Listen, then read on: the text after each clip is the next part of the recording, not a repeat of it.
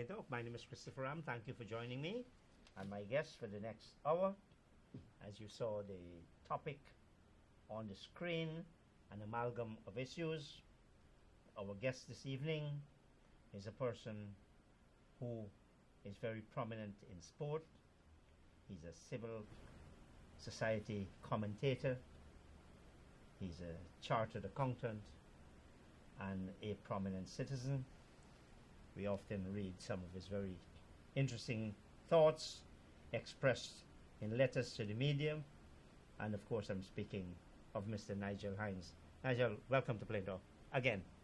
Yes, thank you, Chris, for having me. This is my second appearance on Plain Talk, and it's at a most concerned period of time where we have a number of issues that are quite alarming, quite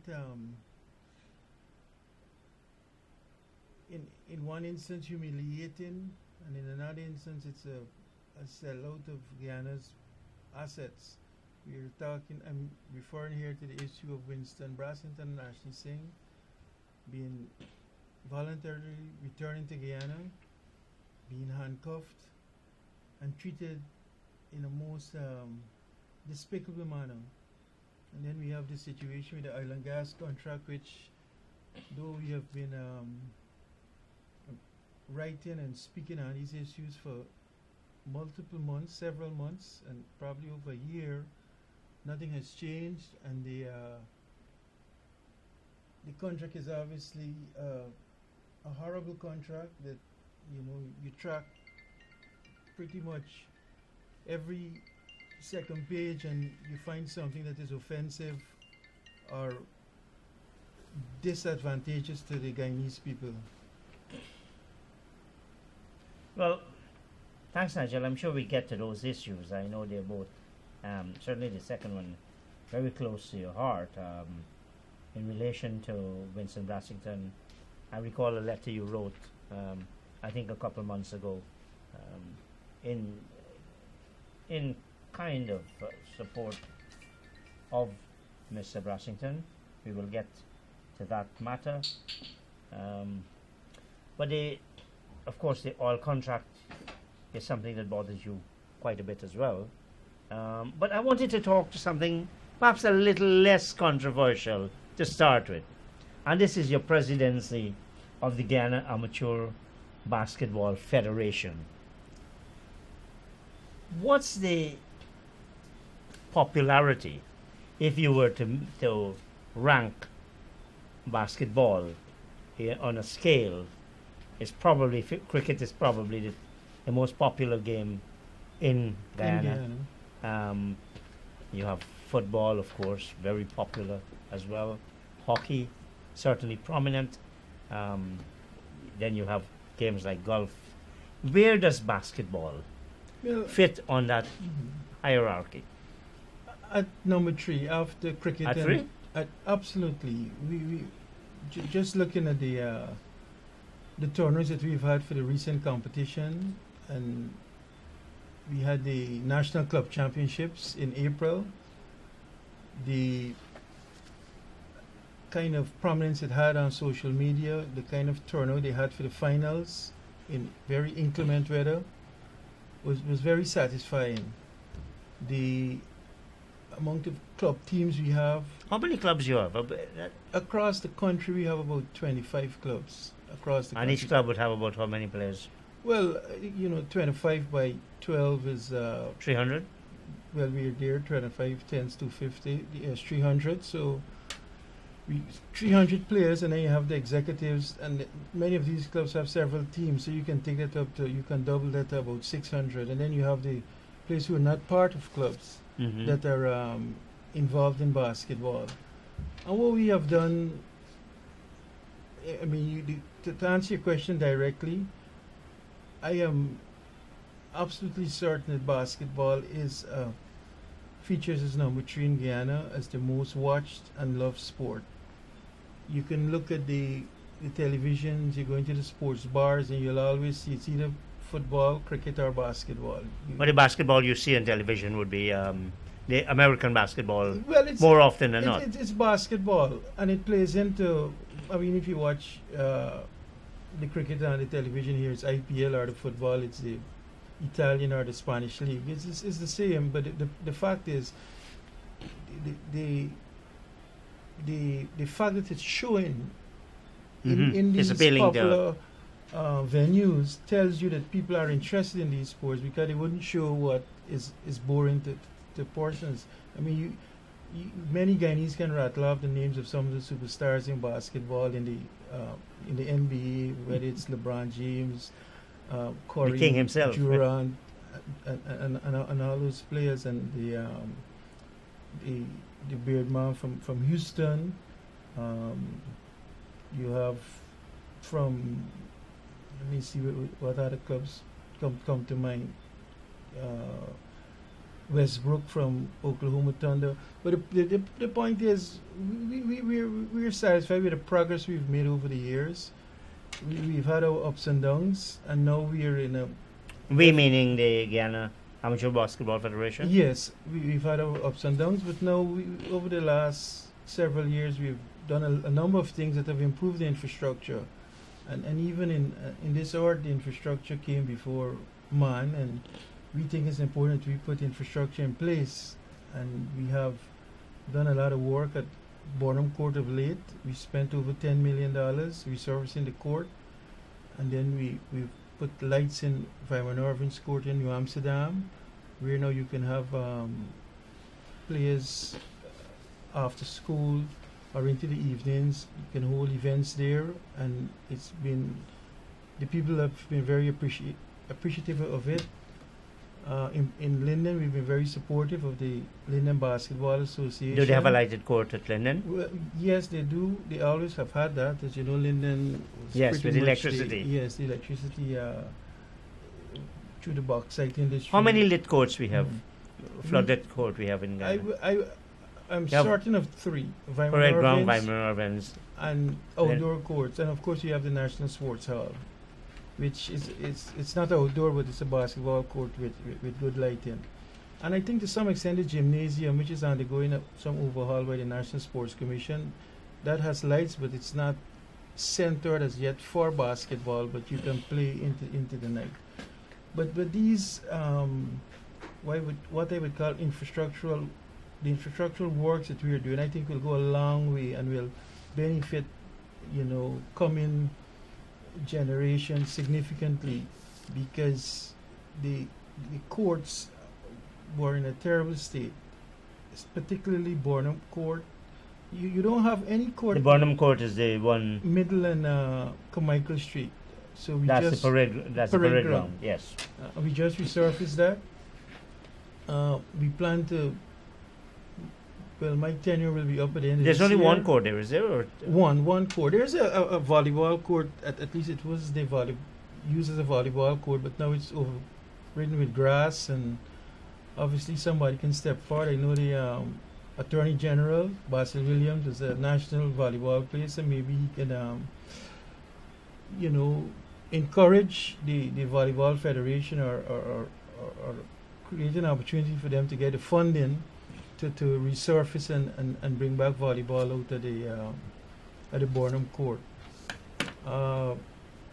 So what we plan to do is something similar in Linden, but funds coming directly from the executive members it's not an easy task to accomplish or to continue doing at that level. So we're hoping to get corporate sponsorship for courts, either Retrieve Hart Court or Amelia's Ward Court in Linden, and then for Borbies, we definitely going for Vyman Irvin's Court.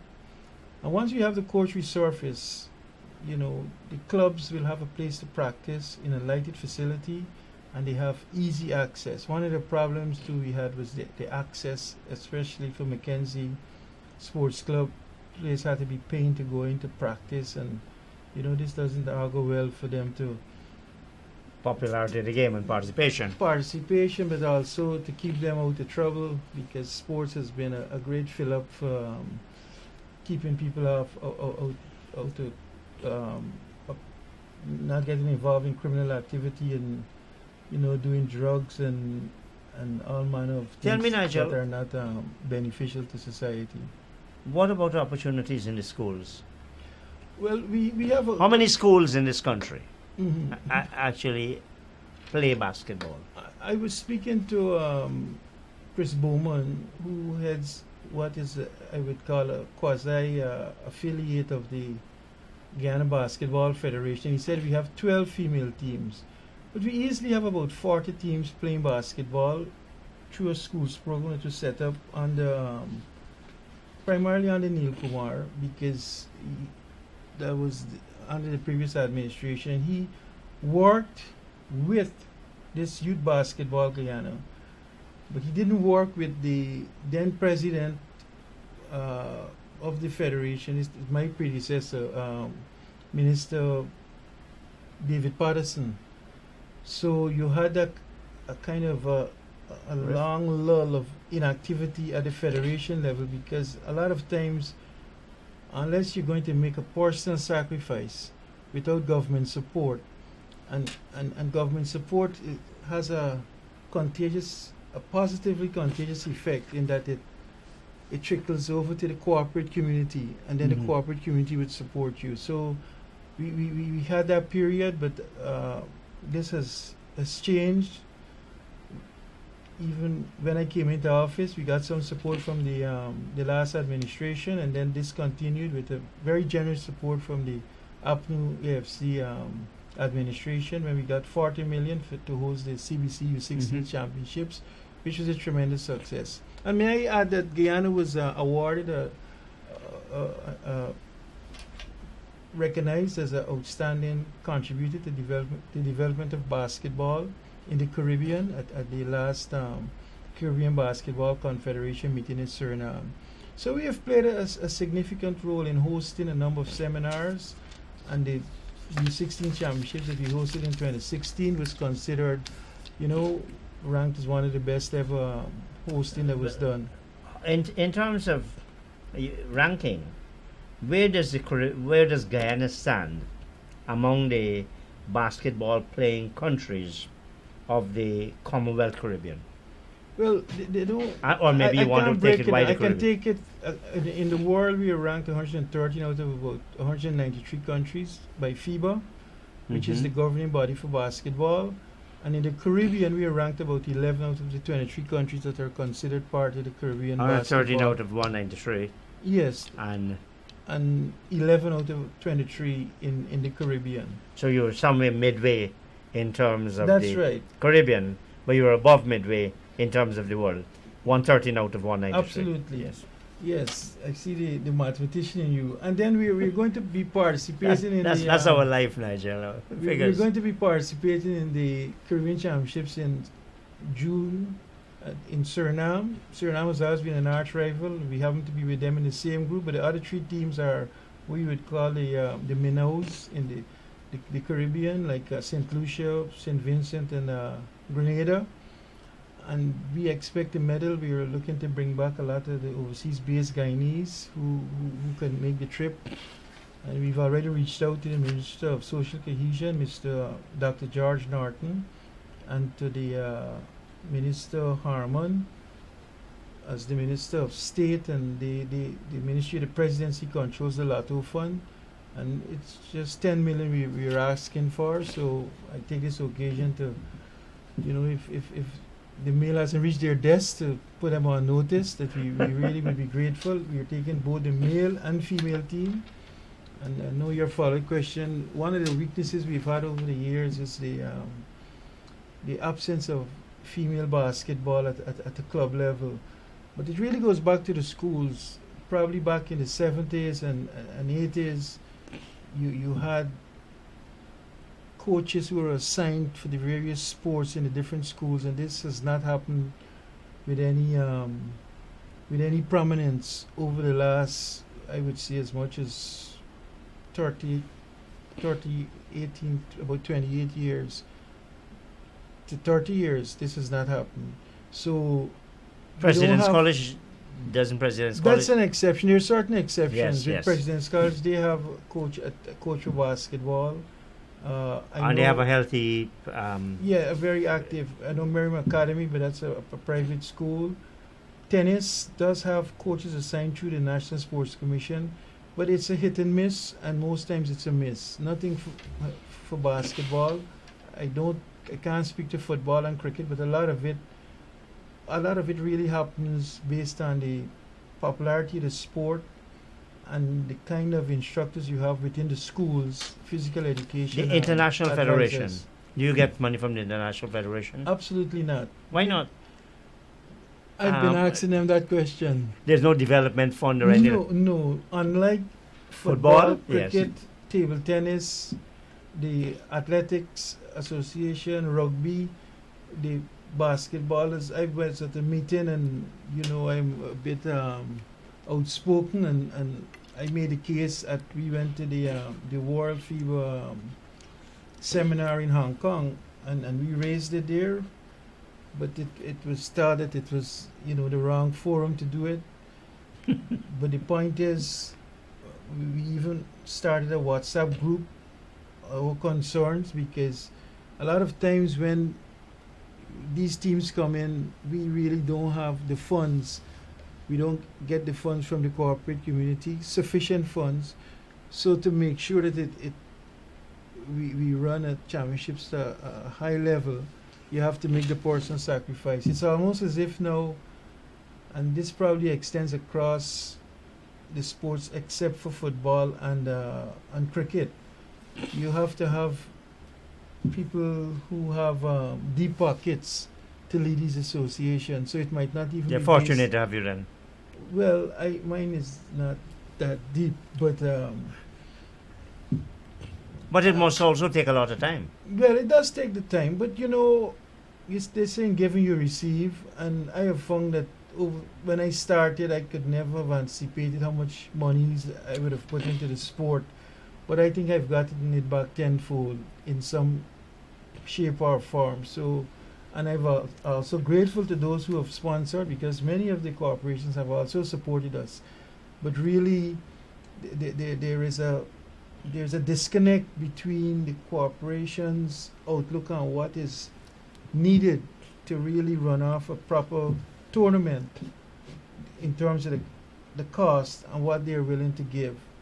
But they're running a business, and we really have to come up with a model that you have, like corporations taking over sports, having multi-year agreements and so forth, that would speak properly to the funding needed by the different associations. Is there a development plan for basketball? Yes, well, when we came into office, we've really executed.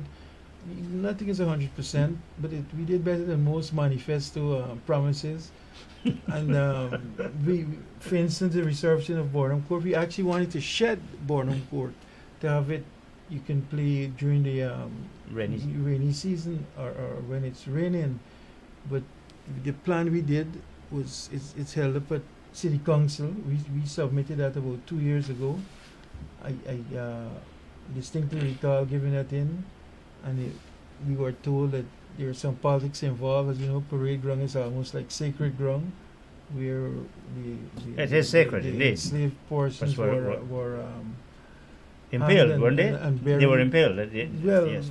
they were slaughtered. They were brought down, I think, from the East Coast. Yes, and those their heads were put on stakes and stakes. whatnot. That's correct. Yes. Yes. So it is sacred. So that's why what we've done there in terms of the resurfacing, we made sure it's top first class. It was initially commissioned by Forbes Bornham, and now we have a 25 by 10 sign up there recognizing his input into the commissioning of the court. Does our court meet international standards? Absolutely. The Bornham Court meets international standards, the national sports. So it does accept. Does it have the seating capacity for international standards? In terms of the court itself, but in terms of,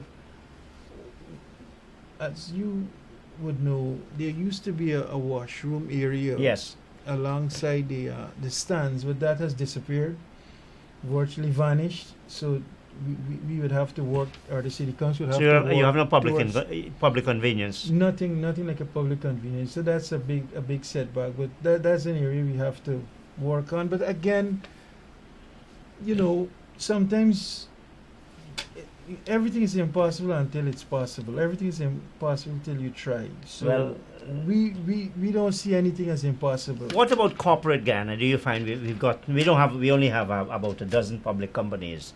Now you have a number of oil companies operating in Ghana. Are you getting any kind of support from them? Yes, we've received support from at least one oil company, and Banks DIH, and some are called GT&T. There's some of the larger companies who have supported us, and then you have a lot of smaller companies. Gopi Investments, Jam Finance Limited has always been on board at Guyana. Well, this is not a corporate entity, but Guyana Olympic Association, the National Sports Commission, the government of Guyana.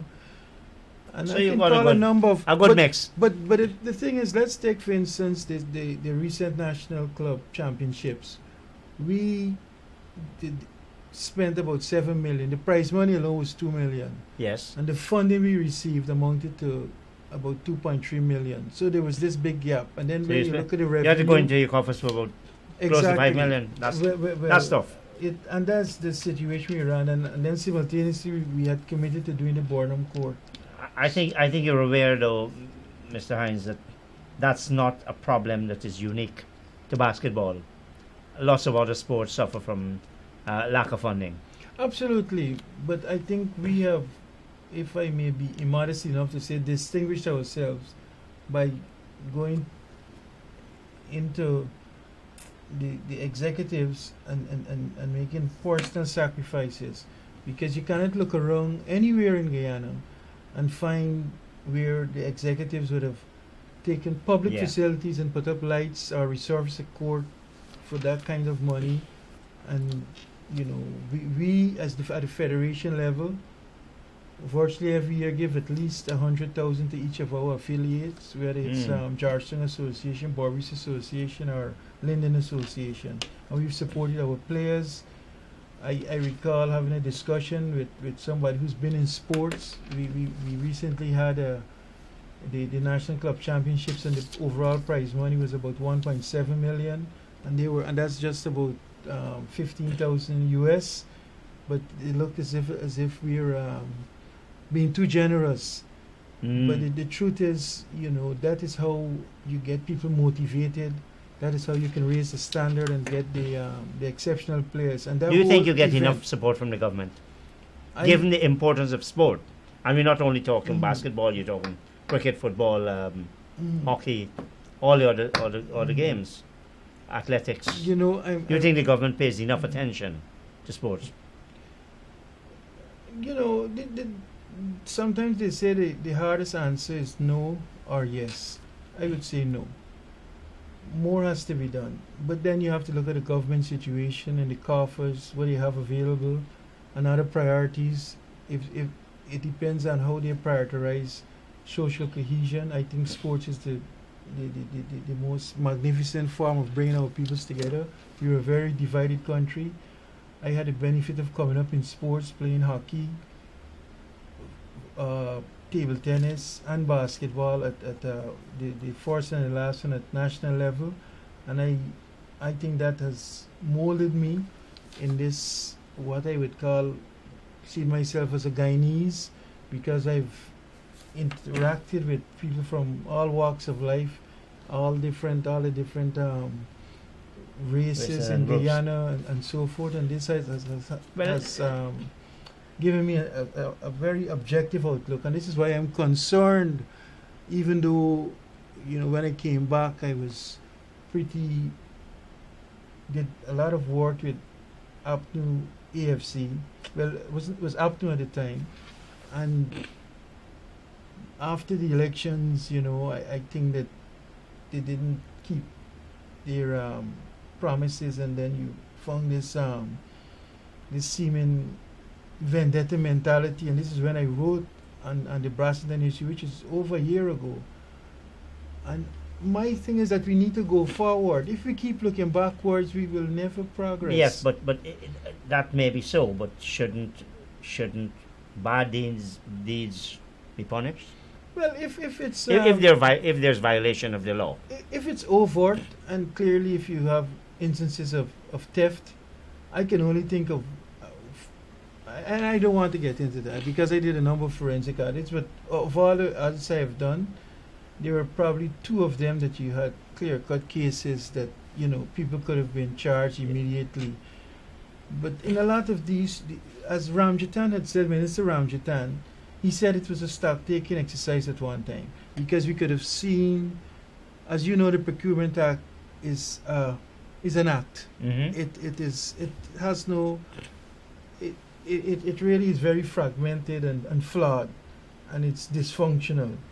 And that goes to the core. If you go across all of the audits, the ones you did, Gold Suran, and you'll find that a lot of the problems came out of the procurement process and how it was handled, how it was customized, how it was ignored.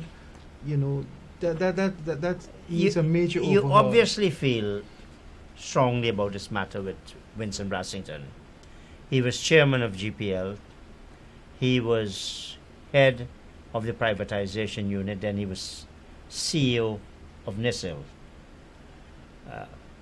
Is that correct? Yes, that sums it up. And he was also, you know, when you look at his accomplishments, you know, whether it's the Marriott Hotel, whether it's the saving of the bauxite industry, the work he did as to get the funding, the 20 million injection from Rusal, and the writing off for the Russian debt again of another 20 million US. And now you come with this, they come with this trumped up charge based on valuations. Is it premature to call it a trumped up charge? I don't think it is. It's clear to me. Let's use his example. When the lot for GBTI was sold in, I can't remember the year, the same valuation export, Rodriguez, valued it at about 100 million.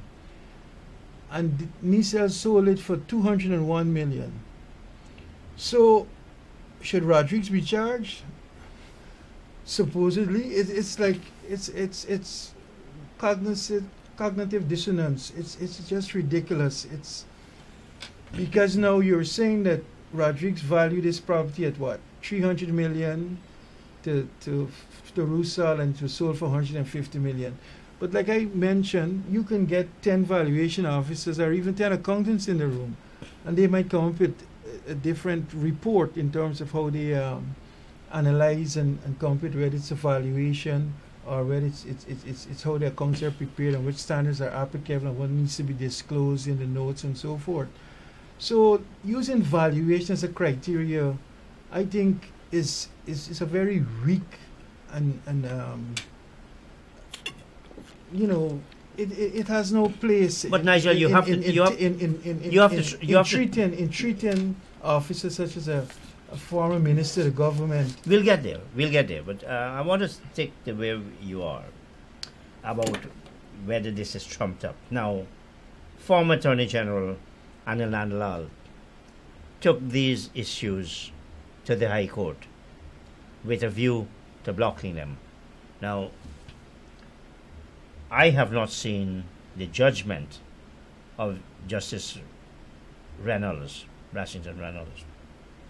But clearly he felt, using his independent judicial mind, that this matter should go through. In other words, that there was some legal merit in it going through. Yes. So, but the judge doesn't speak for me. I speak for myself. I have no master. No, but this is my opinion, and that is his opinion. But he is in a position of authority that he can have that the charge carried or and so forth. By looking at all the evidence. The point I'm making, it's not so much the charge.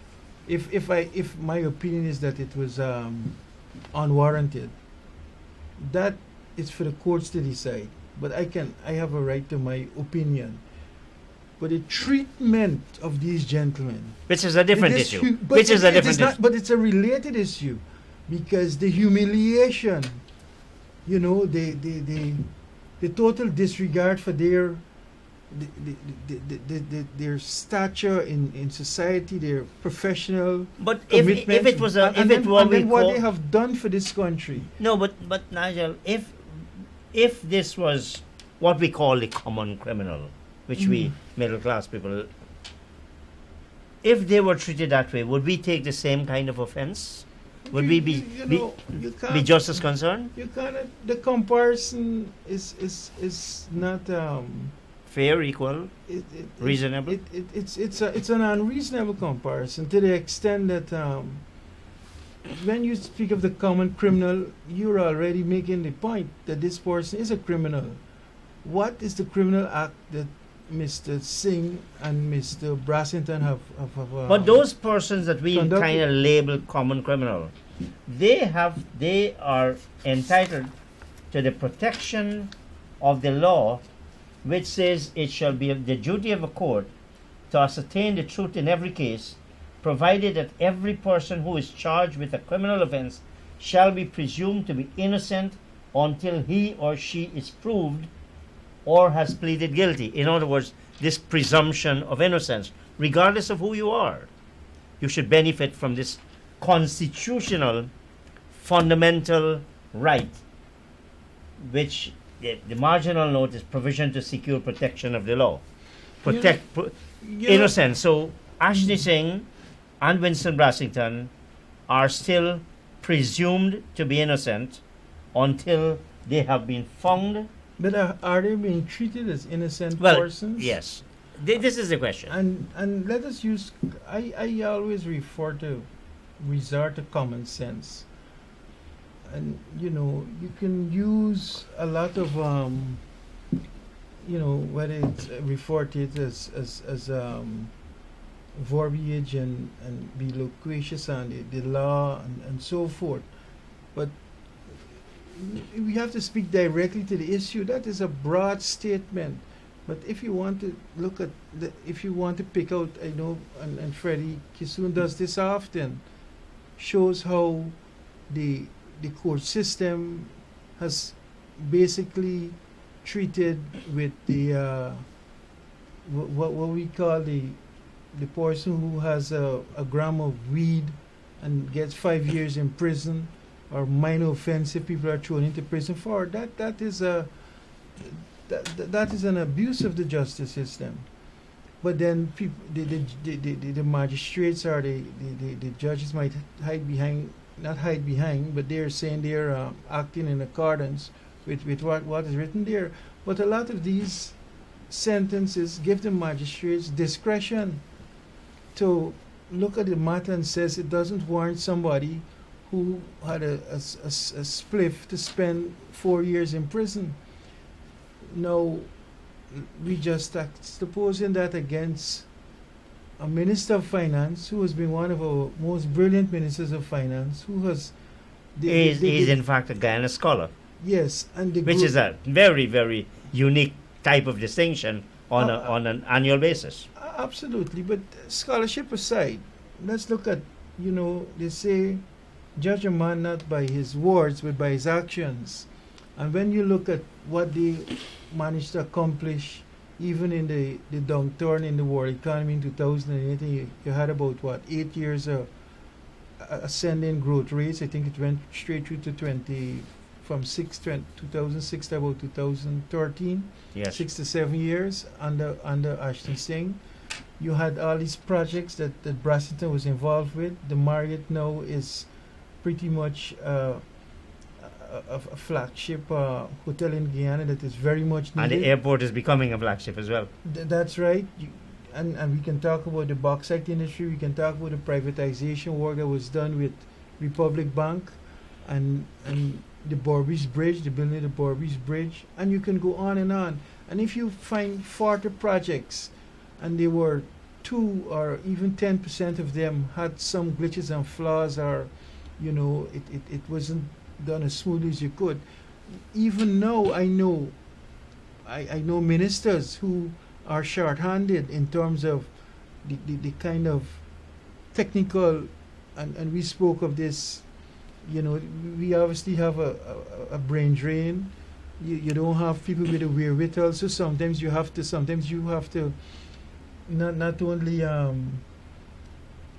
take the water from the well, but you have to fetch it yourself, and that creates its own problem in terms of the time you have to really oversee the process and plan properly for it. So not to say mistakes were not made along the way. These mistakes that were made without you can look back to Ashney's and Brassington's time with the over the last what 20 prior to the 23 years prior to 2015, or you can go back to the years prior to 1992 when Carl Greenwich sold a number of assets at prices that were below valuation. But was Carl Greenwich put in a handcuff, or anybody treated in such a despicable manner? I think it's a disgrace to the country how these gentlemen were treated. Are you saying, because I think one must trust our court system, whatever its flaws. The question is, are the guarantees... But I would just like to say that's an opinion. But the system is settled that there is a court system, and they're supposed to have the final say. But to tell me that I must trust it is probably... Well, if you don't, though, Nigel, aren't you looking for anarchy? No, you're not. You have to go through the process, and this is why you can comment, you can make fair comments, but you have to trust the system. Otherwise, what do we have as a society? What I will say is that we have to constantly try to improve the system. Oh, absolutely. But trust is a very strong term that I wouldn't reserve for the court system or the executive or the legislative bodies of the country. Trust to me is a different kettle of fish altogether. I would trust a friend, but not a system like a court system where you have a lot of individuals who might have different types of agendas. But isn't this why judges ought to have special training? They ought to bring special qualities to their job. They have to weigh the evidence from the prosecution and the defense. But like in from all the things, petitioner and the respondent. Like in all things, nothing is equal. So one judge is not equal to another judge. So what one judge might bring to the table in terms of his proficiency, in terms of his expertise, in terms of his knowledge of the law, doesn't apply to another judge, similarly, or to another magistrate. So there'll always be unevenness in the but the person rulings. Who might be a victim of any miscarriage has a right to take it higher by way of an appeal. The point is this: the Constitution says, and this is that's what we're bound by. The case shall be afforded a fair hearing within a reasonable time by an independent and impartial court established by law.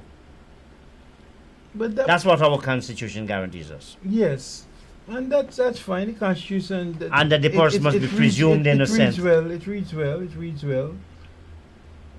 My contention is, you can, once you have the power, and this is where we speak of abuse of power, and I use the term, when you abuse power, you're really taking advantage of the situation that you're in. It's a form of cowardice.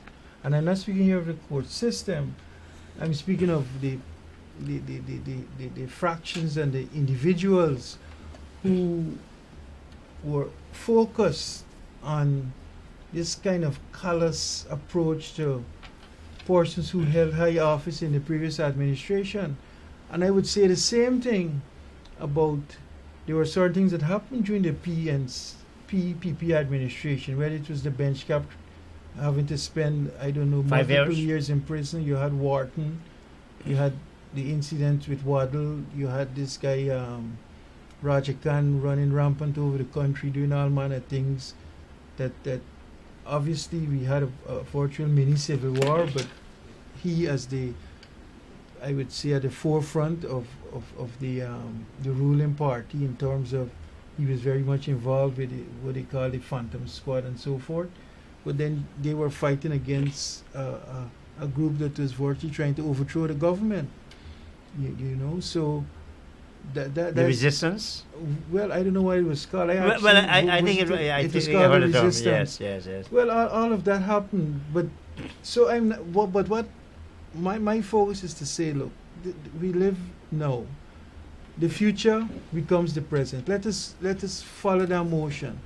Let us not go back, because if we go back, where will we stop? And why are we But so are selective? you saying wrong should be forgiven and forgotten? No, I'm not saying that. But this country needs healing. Because where will we go back? Will we go back to what happened to Walter Rodney, or to some members of the WPA, when a great scholar like Walter Rodney had to be jumping the fence and being brutalized under the PNC administration? I mean, at what point we make that to say to ourselves, look, let us, we've both parties now have been in power for 20 years plus. President Granger came in with, I think he had the love of the people with him at a wide cross section beyond anything except maybe that Chetty had in 1992. And that should have been used in a most positive way, not to disregard the crimes that were committed or that may have been committed. Where it was egregious, you take action against it. Certainly this malarkey of valuations as a basis for charging people is utter rubbish, and I maintain it. Chris, you're an accountant and a lawyer. You can go out there tomorrow and get a valuation from a respected valuation expert. If you want it to range between 60 million and 90 million, you can get that done. If you want it to range between 80 to 100 million and 20 million, you can get that done. So to hold these gentlemen and treat them like that, put them in handcuffs and parade them. I heard today Brassington and Ashley Singh were questioned for about 8 to 10 hours, and there were about 40 more charges they're planning to institute against them. I'm doubtful that these gentlemen will be allowed to leave the country anytime soon. And they have families abroad. I think Ashley had a job with one of the international organizations, and as you know, when you're charged like that, they generally ask you to stand down, and if they hadn't come home, they would have become fugitives. So their coming home was really, it was a practical matter that they didn't want to be seen as fugitives. I'm still trying to find out, what is it you find so offensive? Is it the fact that they were charged? Is it that the fact that you don't think they will get a fair hearing? Or is it the fact, and I say this in your favor, that the Constitution of Guyana says this: no person shall be subjected to torture or to inhuman or degrading punishment or other treatment. Now, given the circumstances we saw yesterday, it seems that 141 was violated. Mm-hmm. My contention is that the charges are without merit. This is my view. The charges are without merit. The treatment that they had to that the way they were treated was almost, it was very humiliating. The purpose of it, I really can't see the purpose of it, because it's certainly not some vote winner.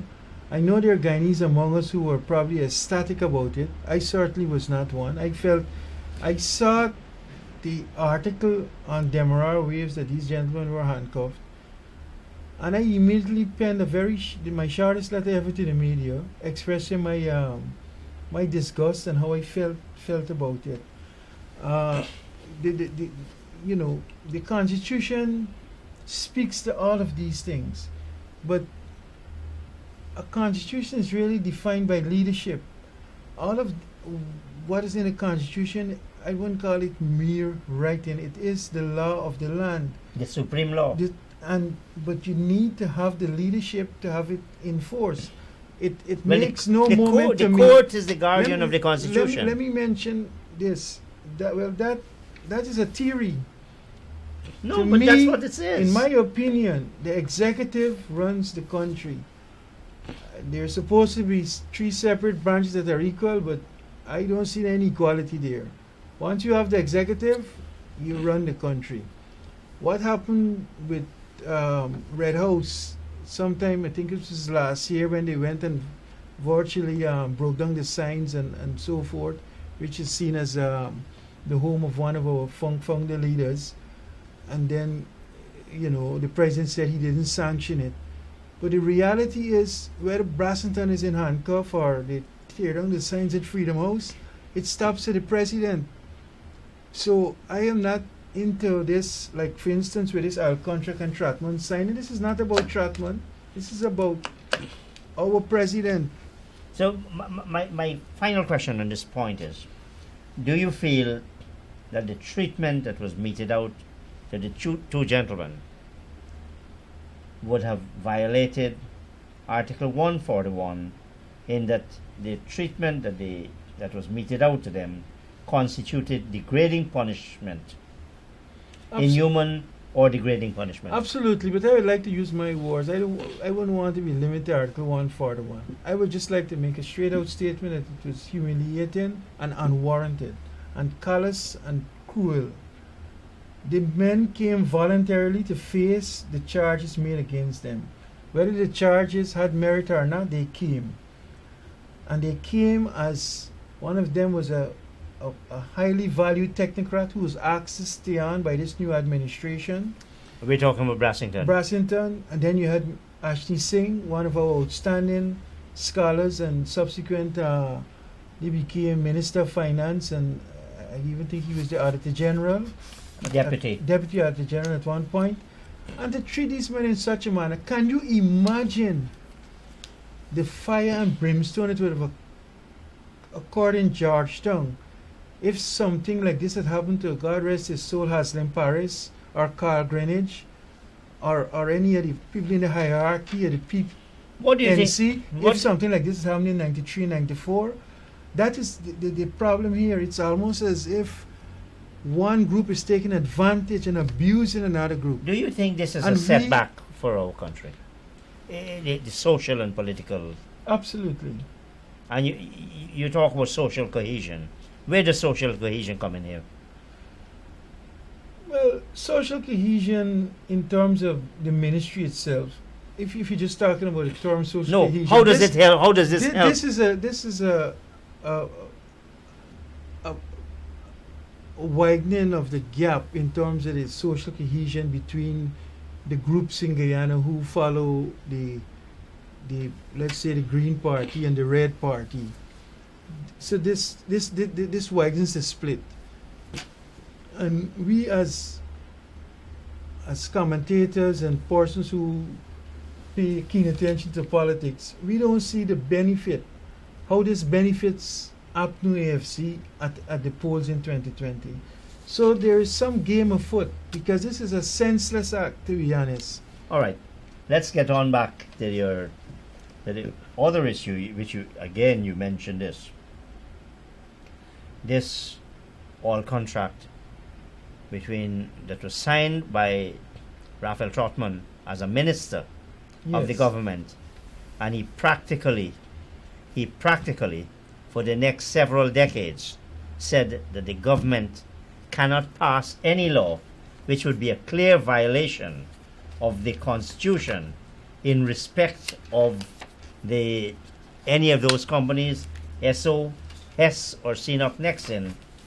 Yes, but whether Raphael for several years. Whether Minister Trotman had plenty potential powers, the fact is he is speaking for the cabinet and the president.